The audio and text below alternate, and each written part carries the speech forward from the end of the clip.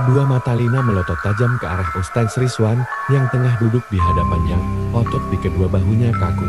Punggungnya menegang disertai jari-jari tangannya yang membentuk menyerupai cakar. Nafas Lina memburu turun sambil memasang posisi dan menunggu kesempatan yang baik untuk dapat menyerang pria tersebut. Tapi di dalam hatinya, ia sendiri heran mengapa timbul rasa tidak suka yang begitu hebat kepada Ustaz Rizwan. Semakin mendalam rasa bencinya, sampai-sampai ia berniat untuk mencelakai orang itu. Mata Rizwan memperhatikan gerak-gerik Lina yang makin gelisah. Ia tetap tenang walau pasiennya tersebut telah menunjukkan tanda-tanda akan melakukan perlawanan terhadapnya. Proses rukyahnya saja belum dimulai, tapi gadis itu sudah belingsatan tak karuan. Bibir Rizwan tersenyum sedikit, namun hal tersebut malah memancing amarah Lina. Spontan ia mengamuk lalu menerjang Rizwan disertai caci maki yang terlontar dari mulutnya. Untungnya, aksi tersebut berhasil ditahan oleh ayah dan ibu Lina yang juga ada di sana. Masya Allah, ucap Rizwan, menenangkan diri yang nyaris jadi amukan pasiennya sendiri. Istighfar, Lina. Istighfar, seru ayahnya. Sang ibu buru-buru mengenakan letak jilbab anaknya yang hampir terlepas. Olah, ini jelnya udah main nyosor aja, padahal belum saya apa-apain, kelakar Rizwan sambil menahan tawa.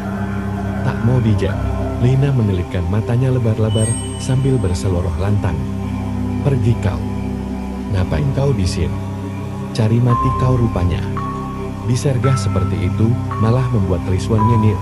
Sebenarnya ia sudah terbiasa menghadapi keadaan semacam ini. Ya udah, biar gak berlama-lama, saya mulai aja rukyahnya ya. Bapak sama ibu, tolong dipegangin anaknya ya. Takutnya dia ngamuk lagi, tukas Rizwan. Lalu Rizwan memakaikan sarung pada kedua tangannya. Bibirnya perlahan mengucapkan kalimat ta'awuz disusul dengan membaca basmalah. Bismillahirrahmanirrahim. Seketika itu juga bola mata Lina membeliak. Mulutnya mengerang, kemudian ia memekik teramat kencang. 3 pekan yang lalu, Lina terjatuh dari motor sewaktu pulang kerja. Karena hanya kecelakaan ringan, ia cuma mengalami luka-luka kecil pada bagian kaki. Namun, esok hari setelah kecelakaan tersebut, ia malah terserang demam tinggi. Panas tubuhnya tak juga kunjung menurun, sehingga Lina terpaksa dibawa ke klinik. Usai diperiksa, ternyata ia terkena tipes. Faktor penyebabnya, Lina kelelahan karena terlalu banyak bekerja serta kurang istirahat. Mau tak mau Lina pun mesti menginap selama 2 hari di klinik itu. Malam pertama saat tidur di tempat tersebut, Lina sempat mendengar ada suara perempuan yang memanggil-manggil namanya. Suara panggilan itu rasanya terdengar sangat jauh, tapi telinga Lina dapat menangkapnya dengan cukup jelas. Kejadian tersebut hanya berlangsung sekali itu, sehingga Lina tak begitu memusingkannya. 2 hari setelah dirawat inap, kondisinya sudah mulai membaik dan ia pun dipersilahkan untuk pulang. Lah sendiri telah lupa peristiwa aneh saat di klinik yang lalu. Pada malam yang berikutnya, Lina bermimpi didatangi seorang wanita asing yang memanggilnya dengan kalimat, "Lina, Lina, sini temani aku yuk." Dalam mimpi tersebut, Lina hendak menemui orang itu, tapi ia menghentikan langkahnya saat ia mengetahui bahwa wanita tersebut memiliki 2 lengan panjang yang terjulur hingga ke lantai. Tanpa terduga, sosok tadi maju mendekat, kemudian sekonyong-konyong ia menerkam tubuh Lina hingga jatuh terjerembab. Seketika Lina terbangun dari tidur, ia meyakinkan diri sendiri hal mengerikan yang barusan hanyalah mimpi buruk biasa, walaupun kesannya begitu nyata. Batin Lina mulai diliputi rasa cemas, apalagi ketika pada keesokan harinya, ia mendapati kedua kakinya menjadi sulit untuk digerakkan. Berkali-kali dicobanya untuk bisa berdiri, tapi anehnya tetap saja ia kepayahan. Lina terduduk lemas di atas kasur. Matanya mengamati kedua kakinya yang lunglai secara mendadak. Ia menangis histeris, sadar bahwa kakinya telah lumpuh. Hasil pemeriksaan laboratorium tidak menunjukkan adanya tanda-tanda kerusakan pada kedua kaki Lina kecelakaan yang lalu, bahkan bukan menjadi penyebab utama lumpuhnya kaki Lina yang mendadak. Lina juga sempat ditangani oleh ahli tulang dan syaraf, namun sayang usaha tersebut belum juga menunjukkan hasil yang memuaskan. Batin Lina bingung, sekaligus sedih, lah hanya ingin tahu faktor utama hingga ia tak bisa berjalan seperti sekarang. Padahal sebelum ini, ia sungguh yakin fisiknya dalam keadaan prima setelah sakit kemarin. Jika penyebabnya adalah kecelakaan tempo hari, tak semestinya juga mengakibatkan ia langsung lumpuh hanya gara-gara jatuh sedikit dari motor. Di sisi yang lain, sebenarnya Lina juga diresahkan dengan semakin seringnya bermimpi tentang wanita berlengan panjang. Semakin sering ia bermimpi, semakin jelas Lina dapat melihat rupa mengerikan dari wanita tersebut.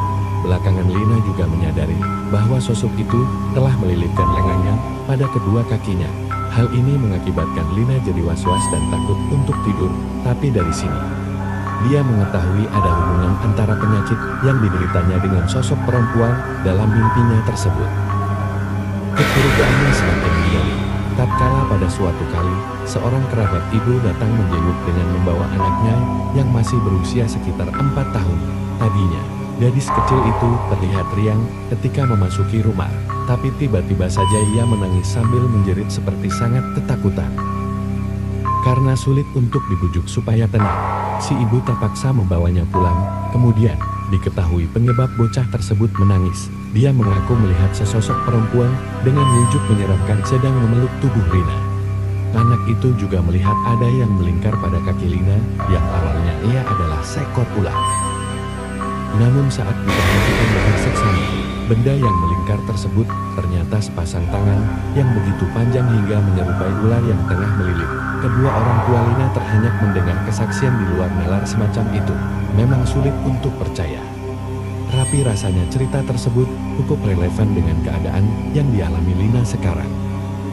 Mau tak mau, mereka pun harus meyakini bahwa terdapat sesuatu yang sedang bersemayam pada diri Lina, entah apapun bentuknya, yang pasti sesuatu tersebut harus dipaksa pergi sebelum kondisi Lina bertambah parah. Suatu ketika, masjid di lingkungan kediaman keluarga Lina kedatangan beberapa orang tamu dari luar daerah. Sepatutnya yang dilakukan tuan rumah, para tamu tersebut disambut dengan baik oleh warga sekitar terutama oleh pengurus masjid. Satu persatu tamu-tamu itu memperkenalkan diri. Salah satunya bernama Rizwan, atau yang biasanya dikenal dengan sebutan Ustaz Rizwan. Di antara rombongannya, Rizwan ialah yang termuda dan yang paling paham ilmu agama, katanya. Beliau merupakan alumni pondok pesantren terkenal yang berada di Jawa Timur. Menariknya lagi, ternyata Rizwan juga merupakan seorang terapis ruqyah yang di masa itu masih terdengar asing bagi kebanyakan masyarakat. Orang-orang yang hadir di masjid dengan antusias ingin mendengar tentang ruqyah ini lebih dalam lagi. Dengan sabar, Rizwan menjelaskan hal tersebut kepada mereka yang bertanya. Ayah Lina, yang kebetulan sore hari itu berada di masjid ikut tertarik dengan pembahasan tersebut. Lah pun berniat untuk meminta Rizwan datang ke rumah, supaya ia mau melihat anaknya yang kondisinya sendiri makin memprihatinkan. Untungnya Rizwan bersedia untuk datang dan setelah mengatur jadwal, ia pun berjanji akan segera menengok Lina secepat mungkin. Dari mulut Rizwan, tak henti-hentinya bacaan ayat-ayat suci dilantunkan. Sementara itu, Lina terus meronta dan meraung-raung menahan rasa panas. Seolah-olah ada bara api yang hendak membakar habis tubuhnya. Fisiknya semakin lemah, tapi ada semacam dorongan aneh dari dalam tubuh yang memaksanya supaya terus berontak. Lah gerakan jari-jarinya mengincar wajah Rizwan. Namun Ustaz tersebut mengelak hingga ia terhindar dari cakaran kuku Lina. Pada saat ini, ia sudah frustasi. Tenaganya sendiri sudah tak sanggup untuk melakukan perlawanan lebih lanjut. Telapak tangan Rizwan yang dilapisi sarung menyentuh di bagian kaki Lina. Hal ini mengakibatkan ia melengking kesakitan luar biasa. Rasa panas yang membakar menjalari bagian tersebut. Akibatnya tubuh Lina kejang-kejang tak karuan. Panas, panas, racaunya. Namun, di dalam hati, ia menyadari bahwa sejatinya bukan dia yang merasakan sakit tersebut. Penglihatan Lina tersibat LA pun dapat melihat dengan jelas wujud sosok yang selama ini bercokol di raganya. Lina terkejut setengah mati, makhluk mengerikan tersebut ternyata yang selalu menghantuinya lewat mimpi. Setengah tubuh jin berbentuk wanita itu telah hangus terbakar. Lidah api menjalar menuju bagian atas badannya. Kepalanya dipenuhi api lalu merambat di kedua lengannya yang masih melingkar pada kaki Lina. Makhluk itu meronta-ronta dan menjerit kencang. Lilitan erat tangannya terlepas seiring dengan kobaran api yang kian melahap seluruh bagian tubuhnya. Lina ngeri harus menyaksikan pemandangan tersebut. Dalam hatinya ia berdoa supaya diberi keselamatan. Matanya terpejam, lalu berharap semoga mimpi buruk ini segera berakhir. Keluar, kata Rizwan sambil menepuk-nepuk punggung Lina. Sekejap saja, mulut Lina memuntahkan isi perutnya tanpa tertahan. Buka. Kesadarannya berangsur pulih selesai muntahannya yang terakhir. Sekujur tubuh Lina dibasahi oleh peluh, rasakan dadanya mulai terasa lapar. Perasaannya pun sekarang jadi lebih ringan dibanding dengan yang sebelum ini. Kemudian dia mencoba untuk berdiri. Ajaib kakinya yang tadinya lumpuh, sekarang dapat bergerak kembali seperti sedia kala. Lina pun bersujud, begitu juga orang tuanya. Mereka bersyukur masih diberikan kesempatan untuk sembuh dari penyakit lewat bantuan seorang ustaz. Tak henti-hentinya Lina mengucapkan terima kasih kepada Rizwan. Jangan berterima kasih pada saya, tapi berterima kasihlah kepada Allah. Tanpa penolongan dari dia, mustahil saya bisa membantu. Saya hanya mewakili saja, jawab Rizwan, bijaksana. Masih ada beberapa pertanyaan yang diutarakan Lina. Salah satunya tentang tujuan jin tersebut. Menurut Rizwan, ia tak bisa menebak perilaku jin. Mungkin ada alasan khusus sehingga ia menempel, atau bisa jadi ia hanya ingin mengganggu saja. Dan yang mesti diingat, supaya jin itu tak kembali meneror lagi, ibadahnya harus benar-benar dijaga. Sering-sering membaca Al-Quran supaya rumah tak disinggahi jin. Juga banyak berdoa agar Allah senantiasa melindungi kita dari hal-hal yang negatif, pesan Rizwan. Lina mengangguk. Dalam hatinya, ia berjanji akan selalu menjaga amal ibadahnya yang memang sering ia lalaikan sebelum ini. Dan ia juga berjanji akan menjadi pribadi yang lebih baik lagi. Seminggu kemudian Rizwan dan istri dipusingkan oleh perilaku putra mereka belakangan ini. Hampir setiap hari, bocah berusia setahun itu kerap kali menangis tanpa sebab.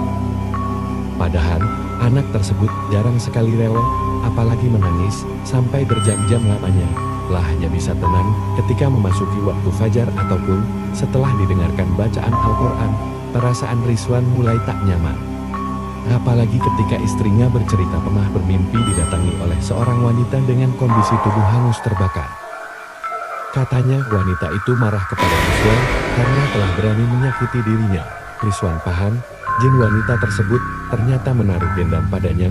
Sejujurnya, ia tak pernah mengira keluarganya pun akan terkena imbas dari proses ruah kemarin. Dan kejadian seperti ini baru pertama kali terjadi sepanjang karirnya selaku terapis. Malamnya, Rizwan hendak melaksanakan sholat tahajud di ambang pintu kamar. Ia tertegun saat melihat ada sesuatu yang tengah berdiri di sana. Di balik gorden putih yang tipis, sosok wanita itu dengan wujud hancur terbakar sedang menatap tajam ke arah Rizwan. Matanya mengisyaratkan kebencian. Seolah ada dendam yang sepertinya ingin segera dilampiaskan. Nafas Rizwan tertahan menyaksikan penampakan menyakitkan dari makhluk tersebut. Itukah dia? Itukah jin yang dendam kepadaku? Terkanya, perlahan hatinya mulai gentar. Sungguh dia tak menyangka bentuk makhluk tersebut ternyata terlalu rusak. Akal sehatnya tak sanggup untuk menyaksikan penampilan itu jauh lebih lama. Rizwan goyah, pandangannya mulai menggelap. Kesadarannya semakin jauh berkurang hingga ia pun terkulai lemah dan akhirnya jatuh pingsan. Terus ikuti Radio Tengah Malam, dan agar teman-teman setia nonton kisah ini, bagaimana menurut kalian tentang kisah ini? Tulis komentar kalian di kolom komentar. Dan bila teman-teman yang baru bergabung jangan lupa like, comment, share, serta subscribe channel ini. Dan nantikan kisah-kisah horor berikutnya tetap di Radio Tengah Malam.